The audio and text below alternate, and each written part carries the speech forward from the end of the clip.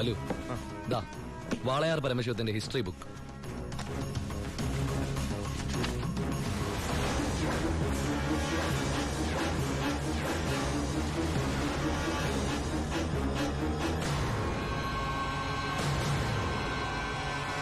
എടാ, ഈ ഷെയ്ഖുമാരെന്നൊക്കെ പറഞ്ഞ രാജാക്കന്മാരെ പോലെയല്ലേ? പലതരത്തിലുള്ള ഷെയ്ഖുമാരുണ്ട്. Dubai sheikh, Sharjah sheikh. ഈ ഷാർജ ഷെയ്ഖ് ഷാർജയിൽ മാത്രമേ കാണുള്ളൂ. പിന്നെ മിൽക്ക് ഷെയ്ഖ്. Milk shake? ആ, ഒട്ടകത്തിന്റെ പാല് മാത്രം വിറ്റ് ജീവിക്കുന്ന ഷെയ്ഖുകളാണ് മിൽക്ക് ഷെയ്ഖുകൾ. ശരിക്കും അങ്ങനെയുണ്ട്, സത്യം. അവരോടൊക്കെ സംസാരിച്ചിട്ടുണ്ടോ? എനിക്ക് ഇതിനല്ലേ പണി. അറബി സംസാരിക്കും. പിന്നെ അറബി സംസാരിക്കാതിരിക്കോ? എല്ലാവരും ഊമയെ കഴിഞ്ഞ രാജ്യത്ത്. അല്ല ഏട്ടൻ അറബി സംസാരിക്കോന്ന്. ഞാൻ ചെന്ന സമയത്ത് കുറച്ച് കഷ്ടപ്പെട്ടു. പിന്നെ ഞാനൊരു സൂത്രം മനസ്സിലാക്കി. ഞാൻ എന്താ ചെയ്തെന്നറിയോ? നല്ല ചൂടുള്ള പുഴുങ്ങിയ മുട്ട ഉരുളക്കിഴങ്ങൊക്കെ എടുത്ത് വായിലിട്ടിട്ട് മലയാളത്തിൽ സംസാരിക്കും. സംഭവം അറബിക്ക് മനസ്സിലാവുകയും ചെയ്യും, എന്റെ കാര്യം നടക്കുകയും ചെയ്യും. ഞാൻ എന്നെ കൊണ്ട് തോറ്റു. എനിക്ക് വയ്യാട്ടോ.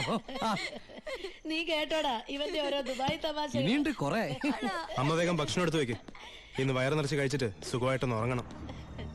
കുറെ നാളായിട്ട് ഊണുറക്കവും ഇല്ലാതെ ആ പരമശിവത്തെ പിടിക്കാൻ നടക്കുകയില്ലായിരുന്നു. എന്നിട്ടാണ് കിട്ടിയോട്ടാ? ഫുൾ ഡീറ്റെയിൽസ് കിട്ടി.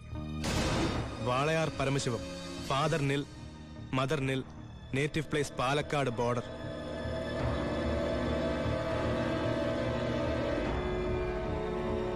നിനക്കിതൊക്കെ എവിടുന്ന് കിട്ടി? തിരുവനന്തപുരം സെൻട്രൽ ജയിലിൽ നിന്ന് 4 വർഷം കഠിന തടവിന് ശിക്ഷിക്കപ്പെട്ട കൊലയാളിയാ. Jail റെക്കോർഡ്സിൽ photo സഹിതമുണ്ട്. നീ പോയി കുളിച്ചിട്ട് വാ, ഞാൻ ആഹാരം എടുത്തു വെക്കാം.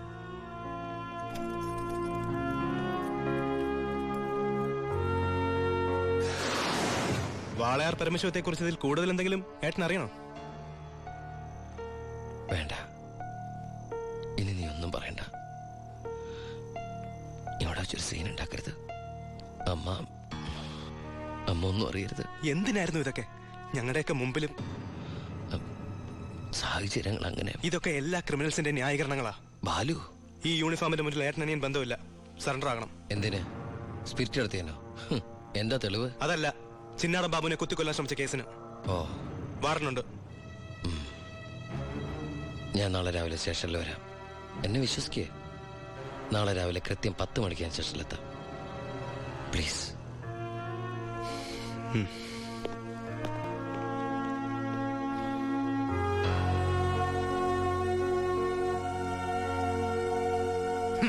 പരമശിവൻ സ്വന്തം ഏട്ടനാണെന്ന് അറിഞ്ഞോടെ പിടിക്കാനുള്ള ആവേശമൊക്കെ പോയല്ലേ? ആ കള്ള റാസ്കലിന്റെ വാക്ക് കേട്ട് കൈയോടെ അറസ്റ്റ് ചെയ്യാണ്ട് വന്നിരിക്കുന്നു. അവൻ പറഞ്ഞ സമയമൊക്കെ കഴിഞ്ഞു. എടോ, താൻ ഇത്രയ്ക്ക് മണ്ടനായി പോയല്ലോ. ഇത്രയും വലിയൊരു ക്രിമിനൽ പോലീസിന് മുമ്പിൽ തലവെച്ച് കൊടുക്കും തോന്നുന്നുണ്ടോ എനിക്ക്? യൂസ്ലെസ്. തൊപ്പി ഒരു കളഞ്ഞിട്ട് ഇറങ്ങി പോടോ. May I come in sir? Sharp 10 o'clock. സർക്കാർ ക്ലോക്ക് 10 മിനിറ്റ് ഫാസ്റ്റ് ആണല്ലോ. SP സാറിന് ഞാൻ ഇവിടെ പ്രതീക്ഷയില്ല കേട്ടോ. വലിയ ക്രിമിനൽസിനെയൊക്കെ കൈകാര്യം ചെയ്യുമ്പോ മിനിമം SP റാങ്കിലുള്ളവരെങ്കിലും വരേണ്ടി വരുമല്ലോ. എന്റെ ഒരു ചെറിയ കുത്തേസല്ലേ സാറേ, ജാമ്യം കിട്ടും. സ്വയരക്ഷയ്ക്ക് വേണ്ടി തടഞ്ഞപ്പോഴുണ്ടായ ഒരു കയ്യബദ്ധം, അതാണ് ലോ പോയിന്റ്. അഡ്വക്കേറ്റ് ഇപ്പോൾ വരും. അതുവരെ ഞാൻ അകത്ത് കിടക്കണോ സാറേ, അതോ പുറത്തിരിക്കണോ? അപ്പൊ കുറച്ചു നേരം എനിക്ക് നിന്നെ കൈകാര്യം ചെയ്യാൻ കിട്ടുമല്ലേ? 5 മിനിറ്റ് മതിടാ എനിക്ക് നിന്നെ കൊണ്ട് ചോര തുപ്പിക്കാൻ.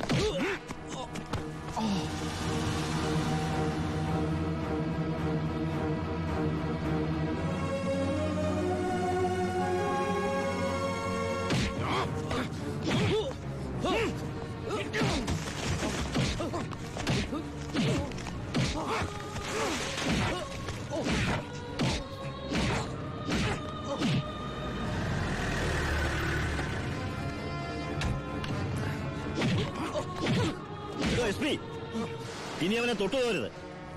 പരമശിവത്തിന് കോടതി ജാമ്യം അനുവദിച്ചിട്ടുണ്ട്. ഇതാ ജാമ്യം അനുവദിച്ചിട്ടുള്ള പേപ്പർ. ഇനി അവനെ വിട്ടാരോ? വാ.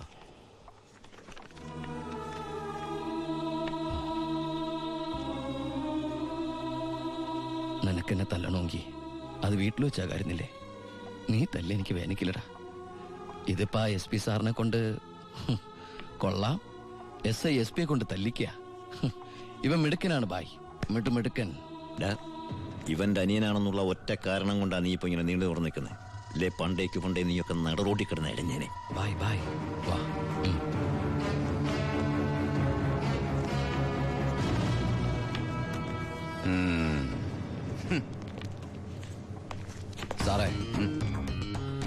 സാറിന്റെ ആ കയ്യിലെ മോതിരത്തിന്റെ പവറ് എന്റെ മനസ്സിലുണ്ട് കേട്ടാ. വരട്ടെ സാറേ.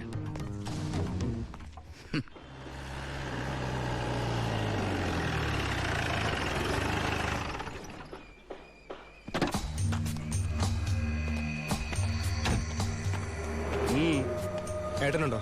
ഏട്ടനല്ല, പരമശിവ, വാളയാർ പരമശിവ.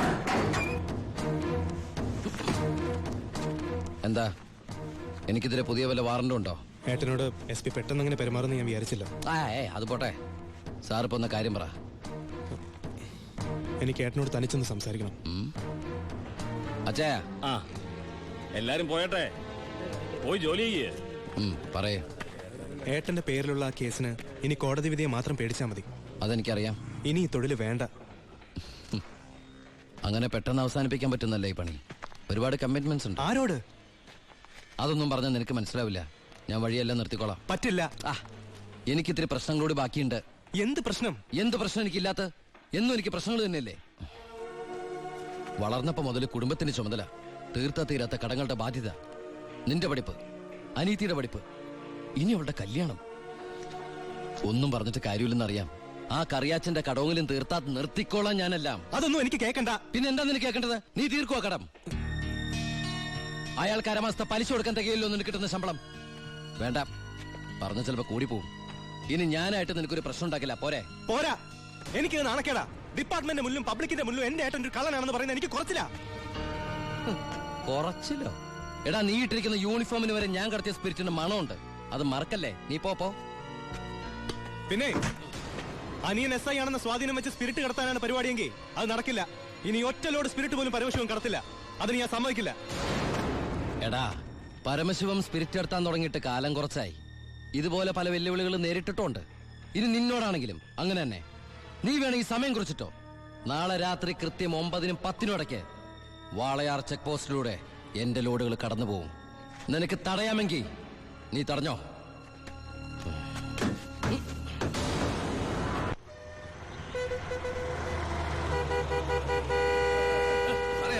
എടുത്ത് മാറ്റണോ? ഇത്രയും വണ്ടികൾ കിടക്കുന്ന കണ്ടുകൂടെ എനിക്ക്? 9-നും 10-നും ഇടയ്ക്ക് ഒറ്റ വണ്ടി വഴി കടന്നു പോരുത്. രണ്ട് സൈഡും ബ്ലോക്കാ. 1 മണിക്കൂറൊക്കെ ചെക്ക് പോസ്റ്റ് അടച്ചിടുക എന്ന് പറഞ്ഞാൽ അത് വേണോ? താനിപ്പോ ഞാൻ പറയുന്ന പോലെ കൊണ്ട് കേട്ടാ മതി. എടുത്ത് മാറ്റണോ വണ്ടി?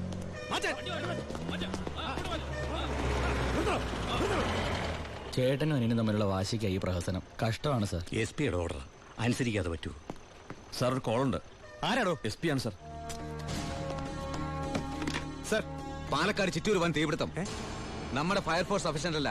കോയമ്പത്തൂർ ഇൻഫോം ചെയ്തിട്ടുണ്ട്. ഏത് നിമിഷം അവിടുന്ന് ഫയർ എഞ്ചിൻ വരും. So open the check post and clear the route. Coimbatore fire force വരുന്നുണ്ട്. എല്ലാ ചെക്ക് പോസ്റ്റുകളും ഓപ്പൺ ചെയ്യണം. അറിയാം സർ. ആ ബാരിക്കേഡ്സ് എടുത്ത് മാറ്റൂ. മതിക്കോ.